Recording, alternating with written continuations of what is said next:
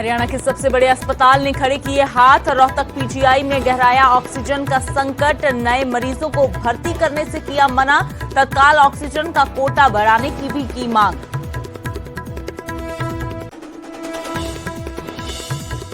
Oxygen की कमी से हरियाणा में हाहाकार। बिना ऑक्सीजन 8 मरीजों ने तोड़ा दम। गुरुग्राम और रेवाड़ी में 4 मरीजों की मौत। रेवाड़ी में परिजनों ने लगाए लापरवाही के आरोप।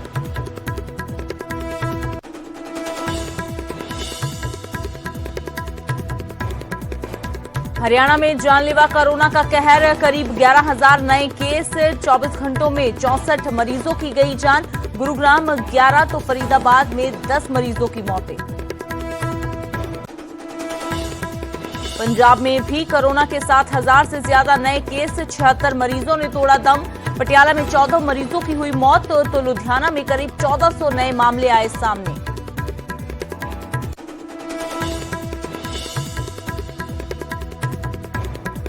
हिमाचल के 4 जिलों में नाइट कर्फ्यू। कांगड़ा, ऊना, सिरमौर और सोलन में बंदिशें। प्रदेश में एंट्री के लिए ऑनलाइन रजिस्ट्रेशन भी जरूरी।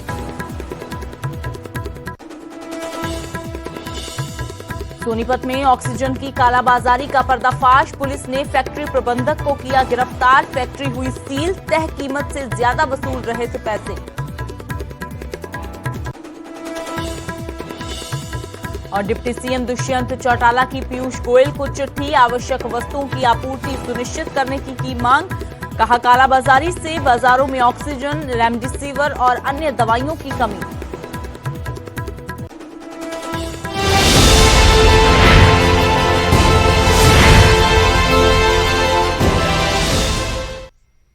नमस्कार, न्यूज 18 पंजाब हरियाणा हिमाचल देख रहे हैं आप। मैं हूं अमृत वर्दी। बुलेटिन की शुरुआत करते हैं बड़ी खबर के साथ। तो रोहतक पीजीआई में ऑक्सीजन संकट के कारण हाहाकार है। हरियाणा के सबसे बड़े मेडिकल संस्थान पीजीआई ने हाथ खड़े कर दिए हैं। पीजीआई ने नए मरीजों को भर्ती करने से इनकार कर दिया है। कारण है जो ऑक्सीजन की कमी। सरकार से तत्काल ऑक्सीजन कोटा बढ़ाने की भी मांग पीजीआई की ओर से की गई है। ट्रॉमा सेंटर में कोरोना के 120 गंभीर मरीज भर्ती हैं। इसके अलावा अलग अलग वार्डों में भी 200 से ज्यादा मरीज भर्ती हैं। इसलिए अब और मरीजों को नहीं भर्ती किया जा रहा पीजीआई में, क्योंकि पीजीआई के जो डॉक्टर्स हैं उनका कहना है कि दाखिल मरीजों की जिंदगी से हम समझौता नहीं कर सकते, क्योंकि फिलहाल ऑक्सीजन सिलेंडर की सपोर्ट से सिस्टम चल रहा है। सरकार से तत्काल ऑक्सीजन कोटा बढ़ाने और 500 सिलेंडर मुहैया कराने की मांग की गई है, क्योंकि पहले ही 350 के करीब कोविड मरीज यहां पर दाखिल हैं, जिनमें से 120 गंभीर मरीज हैं जिनकी हालत काफी ज्यादा नाजुक बनी हुई है। तो ऐसे में जब संसाधन नहीं है पूरे, तो ऐसे में नए मरीजों को भर्ती नहीं किया जा सकता। ये रोहतक पीजीआई की ओर से कहा गया है। तो ऑक्सीजन का संकट पूरे देश में गहरा रहा है। तो इस बीच हरियाणा के सबसे बड़े मेडिकल संस्थान ने भी अपने हाथ खड़े कर दिए हैं।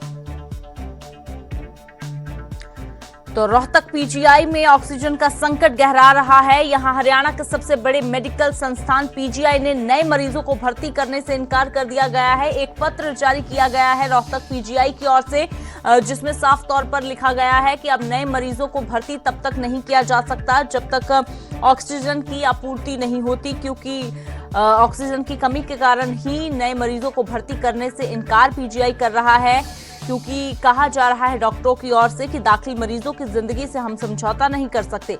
धीरेन्द्र चौधरी हमारे सहयोगी ज्यादा जानकारी के लिए जुड़े हैं। तो धीरेन्द्र, पूरे देश में इस समय ऑक्सीजन का संकट गहराया हुआ है। फिलहाल रोहतक पीजीआई में स्थिति किस तरह की है? कितनी ऑक्सीजन मुहैया करवाने की मांग की जा रही है और नए मरीजों को लेकर क्या दिशा निर्देश हैं?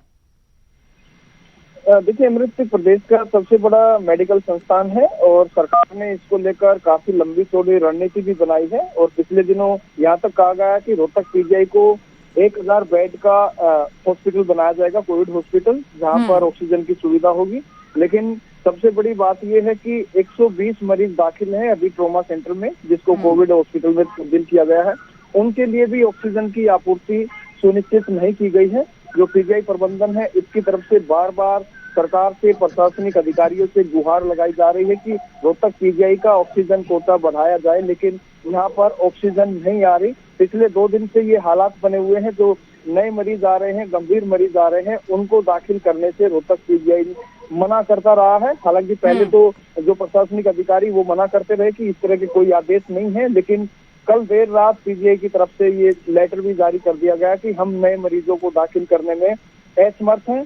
अब सबसे बड़ा सवाल ये है कि जो गरीब मरीज हैं, जो जिनको पीजीआई रेफर किया जाता है, क्योंकि सरकारी हॉस्पिटल है, यहाँ पर मरीजों को दाखिल करने से मना नहीं किया जा सकता। अब ऐसे हालात में अगर कोई सरकारी हॉस्पिटल, प्रदेश का एकमात्र पीजीआई संस्थान भी अगर मरीजों को लेने से मना कर दे तो स्थिति को समझा जा सकता है।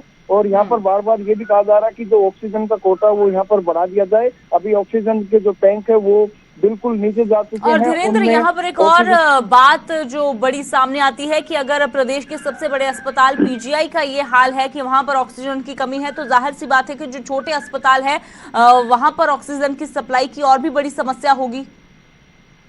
बिल्कुल, वहाँ निश्चित तौर पर समस्या होगी। अगर वो प्राइवेट हॉस्पिटल अगर उनके हाथ से स्थिति काबू से बाहर हो जाती है तो पीजीआई में ही रेफर करते हैं। अब रेफरल सेंटर भी है, टर्सरी सेंटर, केयर सेंटर है रोहतक पीजीआई। अब जब इसने अब नए मरीजों को लेने से मना कर दिया तो जो कोविड पेशेंट हैं, गंभीर है, वो कहाँ जाएं? सरकार को इस तरफ ध्यान देना चाहिए कि जब निजी अस्पतालों के अंदर आप ऑक्सीजन सप्लाई सुनिश्चित करने की बात कह रहे हैं, सरकारी हॉस्पिटल है, प्रदेश का सबसे बड़ा संस्थान है, वो करा रहा है, आपातकाल लागू हो चुका है, पेशेंट मर रहे हैं। कल भी रोहतक पीजीआई से 28 लोगों की मौत हुई है, जिनका कोविड प्रोटोकॉल के तहत अंतिम संस्कार हुआ। ये रोहतक के ही नहीं थे, प्रदेश के अलग अलग जिलों के भी थे, बाकी प्रदेशों के मरीज भी यहाँ पर इलाज के लिए आते हैं। लेकिन आज से नए मरीजों का किसी का भी रोहतक पीजीआई के अंदर दाखिला नहीं होगा जब तक ऑक्सीजन की सप्लाई पूरी तरह से सुनिश्चित नहीं होगी। और जो अभी एडमिटेड पेशेंट हैं उनके साथ भी दिक्कतें आ रही हैं, उनको भी ऑक्सीजन की सपोर्ट देनी पड़ रही है। यानी कि जो ऑक्सीजन पाइपलाइन है उसके अंदर फ्लो बेहद कम है, इसलिए फ्लो बढ़ाने के लिए जो कोविड पेशेंट होते हैं इनको हाई फ्लो की आवश्यकता होती है। फ्लो मेंटेन रखने के लिए ऑक्सीजन की सपोर्ट देनी पड़ रही है। जी धीरेन्द्र, शुक्रिया फिलहाल इस तमाम जानकारी के लिए। तो जाहिर सी बात है क्योंकि दिल्ली में हालात जिस तरह के बने हुए हैं, वहां पर बेड की भी कमी है, वहां पर अस्पतालों में मरीजों को भर्ती नहीं किया जा रहा। तो ऐसे में जो कोविड मरीज हैं वो दूसरे प्रदेशों की, खासतौर से जो दिल्ली के साथ लगते हैं, हरियाणा, पंजाब का रुख कर रहे हैं। लेकिन ऐसे में अगर हरियाणा के सबसे बड़े मेडिकल संस्थान ने ही हाथ खड़े कर दिए हैं तो जाहिर सी बात है कि स्थिति काफी ज्यादा चिंताजनक यहाँ पर हो जाती है। तो फिलहाल रोहतक पीजीआई में ऑक्सीजन का जो संकट है उससे हाहाकार मची हुई है और पीजीआई में नए मरीजों को भर्ती करने से इनकार कर दिया गया है। तो हरियाणा में ऑक्सीजन की कमी के कारण हड़कंप मचा हुआ है। एक ही दिन में 8 मरीजों ने दम तोड़ दिया। गुरुग्राम और रेवाड़ी में 4 मरीजों की मौत हुई है और कारण हुआ ऑक्सीजन की कमी। निजी अस्पतालों में इलाज चल रहा था इन मरीजों का। तो रेवाड़ी में तो जब 4 मौतें हुई तो यहां पर परिजनों का गुस्सा भी फूटा। गुरुग्राम में फजीहत के बाद मजिस्ट्रेट जांच के आदेश दिए गए। निजी अस्पताल में ऑक्सीजन की कमी है। यहां पर 4 संक्रमित मरीजों की मौत का मामला गरमा गया। जिला उपायुक्त ने अस्पताल के खिलाफ मजिस्ट्रेट जांच के आदेश दिए हैं क्योंकि परिजनों की ओर से आरोप लगाए गए हैं कि ये जो मौतें हुई हैं वो अस्पताल की लापरवाही के कारण हुई हैं। तो फिलहाल हरियाणा में ऑक्सीजन की कमी से जो हड़कंप मचा हुआ है उसको लेकर अब मामला भी गरमाना शुरू हो गया है। फेल है, सब दिखावे है, सब पैसे खा रहा है। जितना भी सरकारी सिस्टम है सब पैसे खाता है। सब कुछ मिलता है लेकिन बाहर मिलता है, अंदर नहीं मिलता। सब सरकारी व्यवस्था यहाँ फेल हो चुकी है। कोई सिलेंडर नहीं दे रहा है। दुनिया कहती है हरियाणा में सरकार कहती है उनके पास सब इंतजाम है। सब, अरे कहाँ इंतजाम? उनके बंदे को एडमिट करो, यहाँ हम दिखाएंगे कहाँ इंतजाम। उनके आदमी को एडमिट करके देखो। हॉस्पिटल की क्या स्थिति है सर? हॉस्पिटल में इस समय सिलेंडर नहीं है। कितने भी आदमी मर सकते हैं, कितने भी आदमी मर सकते हैं सर। सर ऑक्सीजन की सप्लाई ना होने के कारण तीन जो डेथ है हमारी आईसीयू में हो चुकी है और एक वार्ड के अंदर 4 मरीज हमारे मर चुके हैं सर, एक्सपायर हो चुके हैं। अभी जो ऑक्सीजन आई कितनी देर चाहिए सर? लगभग सर पौने से 1 घंटा चलेगा सर। मैं अभी बस में गई हूँ, अभी दिल्ली जाने के लिए तो ऑक्सीजन के कारण पूरे देश में हाहाकार मचा है। ऑक्सीजन की कमी से कितने लोग अपनों को खो चुके हैं। रेवाड़ी और गुरुग्राम में भी ऑक्सीजन नहीं मिलने के कारण 8 लोगों ने दम तोड़ दिया। रेवाड़ी में मृतकों के परिजनों ने अस्पताल प्रशासन पर लापरवाही के आरोप लगाए हैं, तो गुरुग्राम में प्रशासन को बार बार कहने के बावजूद भी ऑक्सीजन की सप्लाई नहीं हो पाई। तो ये 2 तस्वीरें आप देख रहे हैं रेवाड़ी और गुरुग्राम की। हालांकि 4 मरीजों ने यहां पर बेशक दम तोड़ा है, लेकिन हालात पूरे देश के इस वक्त ऐसे ही बने हुए हैं। बात पंजाब की जाए तो वहां पर एक निजी अस्पताल में ऑक्सीजन की कमी होने के कारण 6 मरीजों की जान चली गई और अब गुरुग्राम और रेवाड़ी में ऐसे 4 जानें चली गई। तो हालात जो है वो बेहद चिंताजनक हैं, ये तस्वीरें बयां कर रही हैं। धर्मवीर हमारे सहयोगी जुड़े हुए हैं, सीधा रुख करते हैं। तो धर्मवीर, पूरे देश की स्थिति इस वक्त ऐसी बनी हुई है, एक तरफ कोरोना का संकट है, लेकिन कोरोना से ज्यादा बड़ा संकट इस समय ऑक्सीजन की कमी, ऑक्सीजन की सप्लाई का है। फिलहाल किस तरह की स्थिति है पूरे प्रदेश में? बिल्कुल, देखिए हरियाणा में भी जिस तरह खबरें आ रही हैं, ऑक्सीजन की जो कमी है वो लगातार बनी हुई है। गुरुग्राम के ही कई अस्पताल जो हम देख रहे हैं पिछले 2-3 दिन से लगातार ये मांग कर रहे हैं कि उनके पास ऑक्सीजन की कमी है। लगातार सोशल मीडिया के जरिए वो ट्वीट कर रहे हैं, लगातार वो गुरुग्राम के डीसी को भी इस तरह से अप्रोच कर रहे हैं कि जो ऑक्सीजन है उसकी प्रॉपर सप्लाई दी जाए। मुख्यमंत्री ने भी दावा किया था कि जो ऑक्सीजन है उसकी कोई कमी नहीं है हरियाणा में, लेकिन हमने देखा कि कई अस्पतालों को ऑक्सीजन नहीं मिल रही है। परसों ही हमने देखा कि गुरुग्राम के आर्यन अस्पताल लगातार ऑक्सीजन की मांग कर रही थी, उसके बाद सरकार की तरफ, प्रशासन की तरफ से कोई ऑक्सीजन मुहैया नहीं करवाई गई, तो उन्होंने अपने लेवल के ऊपर जो मरीजों के जो परिजन थे उन्होंने अपने स्तर के ऊपर जो है किसकी व्यवस्था की। उसके बाद वो किसी तरह अपने मरीजों का जो है एक तरह से जान बचा पाए थे। लेकिन कल कथुरिया अस्पताल जो है सुबह 11 बजे गुरुग्राम प्रशासन से ये एक तरह से विनती करने लगा था कि उसे ऑक्सीजन दी जाए वरना नुकसान हो सकता है, और वही हुआ। उन्हें वक्त पर ऑक्सीजन नहीं मिली, जिसके चलते 4 जो मरीज थे कोरोना के जो अस्पताल में एडमिट थे उनकी मौत हो गई। ठीक इसी तरह से रेवाड़ी में भी जो विराट अस्पताल है उसमें भी कोरोना के चलते जो कि ऑक्सीजन नहीं मिली समय पर, तो वहां पर भी 4 लोगों की मौत हुई। ये जो 8 जो मौतें हैं, दर्दनाक मौतें हैं, और 8 की 8 जो मौत हैं ये सवाल खड़ी कर रहे हैं प्रशासन और सरकार के ऊपर, जिसका कि वो दावा कर रहे हैं लगातार कि हरियाणा में किसी तरह की कोई कमी नहीं है ऑक्सीजन की। तो ये 8 जो मौतें हैं अपने आप में सरकार के ऊपर सवाल खड़े कर रही हैं कि आखिर जो आपके दावे हैं वो सिर्फ हवा हवाई हैं, जमीनी स्तर के ऊपर इनका कोई खास असर नहीं है। क्योंकि जब अस्पताल जब समय पर ऑक्सीजन की डिमांड कर रहा है तो उस वक्त प्रशासन जो है वो उसे मुहैया नहीं करवा पा रहा है, और यही एक बड़ी वजह है कि इन लोगों की जो मौत हुई है। और अब आगे ऐसे हालात ना हो इसके लिए भी प्रशासन को कहीं ना कहीं सोचना होगा, समझना होगा, और साथ ही एक रूट प्लान बनाना होगा जिससे कि ये तय हो सके कि किस अस्पताल को कब और कितनी ऑक्सीजन चाहिए और उसे किस तरह से मुहैया कराई जाए, कहां से मुहैया कराई जाए।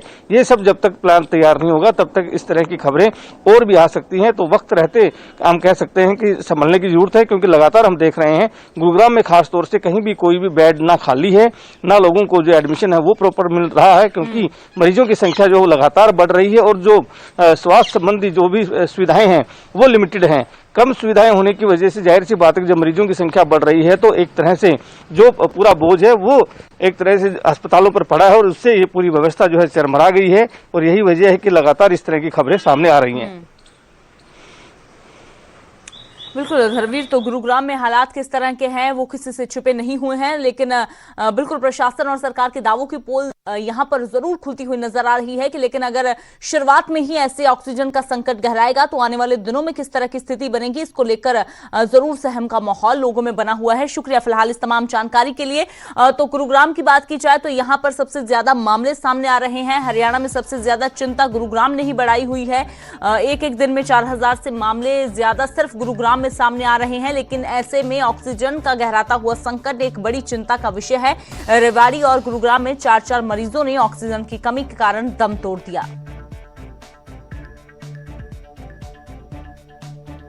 तो हरियाणा में जानलेवा कोरोना का कहर जारी है। 10,985 नए केस पिछले 24 घंटों के दौरान दर्ज किए गए हैं और 64 मरीजों ने दम तोड़ दिया है। पिछले 24 घंटों में अगर बात की जाए ठीक हुए मरीजों की, डिस्चार्ज हुए मरीजों की, तो 6,057 मरीज ठीक हुए हैं।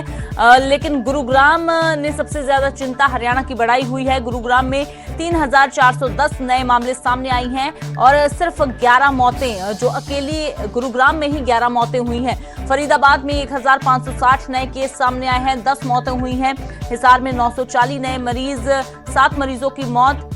सोनीपत में 610 नए मामले, 5 मौतें हुई हैं। करनाल में 570 नए केस, 6 लोगों की जान गई है।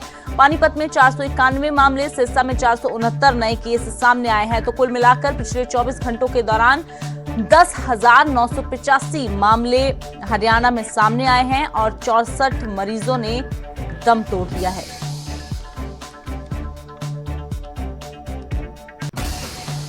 तो पूरे देश में इस वक्त हालात खराब हैं कोरोना के कारण। पंजाब में भी कोरोना का कहर जारी है। पंजाब में पिछले 24 घंटों के दौरान 7,000 से ज्यादा मामले सामने आए हैं। 7,014 नए केस सामने आए हैं। 76 मौतें हुई हैं।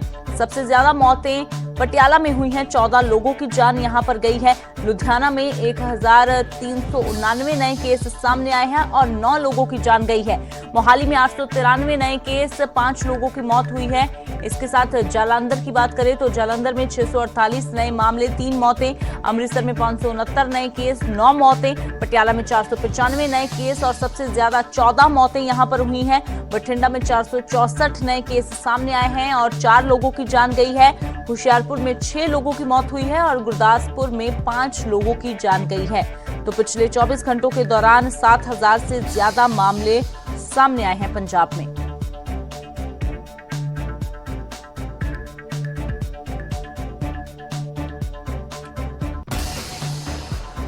तो वहीं हिमाचल में भी स्थिति लगातार बिगड़ रही है, जिसको लेकर सख्ती भी लागू की जा रही है। नए दिशा निर्देश भी बन रहे हैं। तो हिमाचल में बाहर से आने वालों के लिए आदेश जारी किए गए हैं। प्रदेश में एंट्री के लिए ऑनलाइन रजिस्ट्रेशन जरूरी है। कोविड ई पास जारी होने के बाद ही आपको एंट्री मिलेगी। इंटर स्टेट मूवमेंट के लिए ऑनलाइन कोविड पास लेना होगा, ई पास लेना होगा। बॉर्डर पर कोविड ई पास की चेकिंग होगी। हर आने जाने वाले का पूरा रिकॉर्ड रखा जाएगा। प्रशासन की ओर से 10 साल से छोटे बच्चों के लिए नेगेटिव रिपोर्ट की हालांकि जरूरत नहीं है, लेकिन 10 साल से बड़े हर बच्चे, हर नौजवान और हर व्यक्ति के लिए नेगेटिव रिपोर्ट की जरूरत है। तो अगर आप हिमाचल जा रहे हैं तो आपके लिए ये जान लेना बेहद जरूरी है कि प्रदेश में एंट्री के लिए ऑनलाइन रजिस्ट्रेशन जो है वो जरूरी है। रणबीर सिंह हमारे सहयोगी ज्यादा जानकारी के लिए जुड़े हैं। तो रणबीर, हालांकि पिछले कुछ दिनों में कंफ्यूजन भी बरकरार रही कि किस तरह के आदेश जो है वो पर्यटकों के लिए लागू किए गए हैं या बाहर से आने वालों के लिए है। तो फिलहाल विस्तार से जानना चाहेंगे कि क्या क्या नए आदेशों में कहा गया है और कब से ये लागू होने जा रहे हैं। जी हाँ, देखिए जिस तरह से ये फैसला पिछले कल हुआ है, रविवार के दिन ये बैठक हुई मुख्यमंत्री की अध्यक्षता में। हिमाचल में स्थिति कितनी गंभीर होती जा रही है, मौत का आंकड़ा बढ़ता जा रहा है, लगातार जो केसेस हैं वो बढ़ते जा रहे हैं। हालांकि एक्टिव केसेस की जो संख्या है 13,500 के पार है। जहां तक इन रिस्ट्रिक्शंस की बात है, सबसे पहले जो हिमाचल के जो 4 जिले हैं जहां पर नाइट कर्फ्यू लगाया गया है, ये ऐसे जिले हैं जहां जिनकी जो सीमाएं हैं जो बाहरी राज्यों के साथ लगती है, जिसमें कांगड़ा है, ऊना है, सिरमौर है और सोलन जिला है। तो इन आदेशों की अगर बात करें, ये 27 अप्रैल आधी रात से जो है लागू होंगे और ये इसमें साफ किया गया है कि जो भी व्यक्ति बाहर से आएगा, चाहे वो पर्यटक है, चाहे वो हिमाचली है जो बाहर रह रहा है, बाहरी राज्यों में रह रहा है, और उसे हिमाचल आने के लिए अब नेगेटिव रिपोर्ट लानी होगी। अगर वो नेगेटिव रिपोर्ट नहीं उसके पास है तो उसे जो प्रोटोकॉल बनाया गया है उसके तहत क्वारंटीन होना पड़ेगा। 7 दिन के अंदर जो है उससे जो है अपना टेस्ट करवाना होगा। और ये 72 घंटे के अंदर की जो है, जो नेगेटिव रिपोर्ट लाने की जो बात कही गई है, वो 72 घंटे के अंदर की रिपोर्ट होनी चाहिए। उसमें जो है RT-PCR टेस्ट कहा गया है, किसी और टेस्ट की बात नहीं की गई है, रैपिड टेस्ट की बात नहीं की गई है।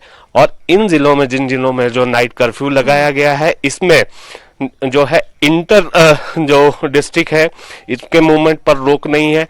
इंट्रा डिस्ट्रिक्ट यानी जिले के भीतर ही मूवमेंट पर रोक नहीं है, लेकिन बाहर से जो भी आएगा उसे अपनी जो है रिपोर्ट लानी होगी। 10 साल से छोटे जो बच्चे उन्हें रिपोर्ट नहीं लानी है। और इसमें एक बार फिर से महत्वपूर्ण बात इसमें यह है कि बॉर्डर पर चेकिंग जो है फिर से शुरू होगी। ऐसा जो है जो आदेश जारी हुए उसमें बिल्कुल साफ कहा गया है। और ये भी कहा गया है कि आपको जिस तरह से पिछले इस साल जो प्रणाली लागू हुई थी, ऑनलाइन कोविड का जो आपको पास जो है ई पास आपको जारी होगा। एक्नॉलेजमेंट जब आपको आएगा तभी आप जो है मूवमेंट कर सकते हैं।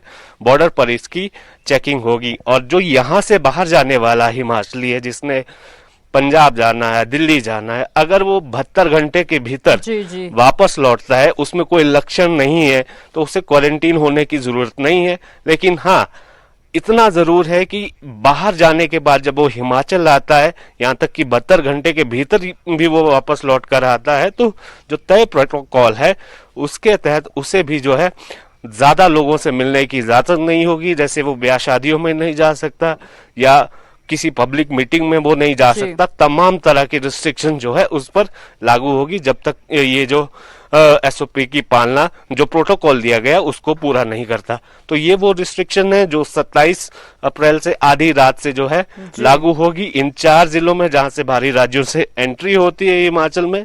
तो वहां पर बॉर्डर पर चेकिंग इनकी की जाएगी। बिल्कुल रणबीर, तो जिस तरीके से मामले बढ़ रहे हैं, जाहिर सी बात है कि सख्ती भी उस तरीके से बढ़ेगी। शुक्रिया फिलहाल इस तमाम जानकारी के लिए। तो हिमाचल में कल रात आधी रात से जो पाबंदियां हैं नई, वो लागू होने जा रही हैं और अब हिमाचल में एंट्री के लिए ऑनलाइन रजिस्ट्रेशन भी जरूरी है। और जैसे पहले सवाल ये था कि चेकिंग कहां पर होगी, क्या कोई अगर पर्यटक जा रहा है तो क्या होटल में वहां का स्टाफ या वहां के जो प्रबंधक है वो नेगेटिव रिपोर्ट देखेंगे? तो आपको बता दें कि अब बॉर्डर पर कोविड ई पास की चेकिंग होगी, बॉर्डर पर चेकिंग होगी बाहर से आने वालों की कि उनके पास नेगेटिव रिपोर्ट है या नहीं, और नेगेटिव रिपोर्ट भी पिछले 72 घंटों के भीतर की ही होनी चाहिए।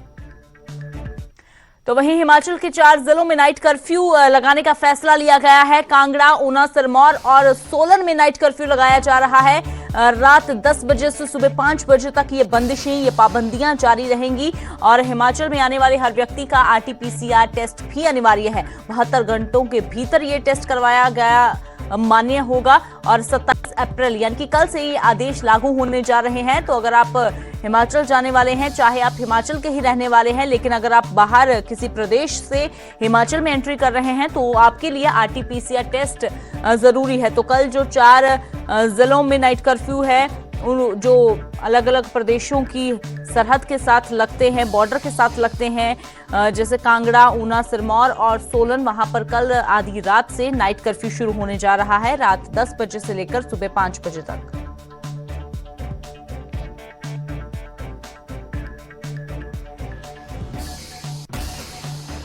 तो वहीं हरियाणा के डिप्टी सीएम दुष्यंत चौटाला ने केंद्रीय मंत्री पीयूष गोयल को चिट्ठी लिखी है और ऑक्सीजन और जरूरी दवाओं को लेकर जो कालाबाजारी हो रही है उस पर चिंता जताई है। दुष्यंत चौटाला ने कहा कि आवश्यक वस्तुओं की आपूर्ति सुनिश्चित की जाए, ऑक्सीजन को जरूरी वस्तुओं की सूची में शामिल किया जाए और कालाबाजारी से बाजारों में रेमडेसिविर अन्य दवाइयों की कमी हो रही है उस पर ध्यान दिया जाए। ऑक्सीजन की कालाबाजारी को लेकर सख्त कदम उठाए जाएं, ये दुष्यंत चौटाला की ओर से मांग की गई है। तो मौजूदा हालातों को देखते हुए दुष्यंत चौटाला ने पीयूष गोयल को चिट्ठी लिखी है।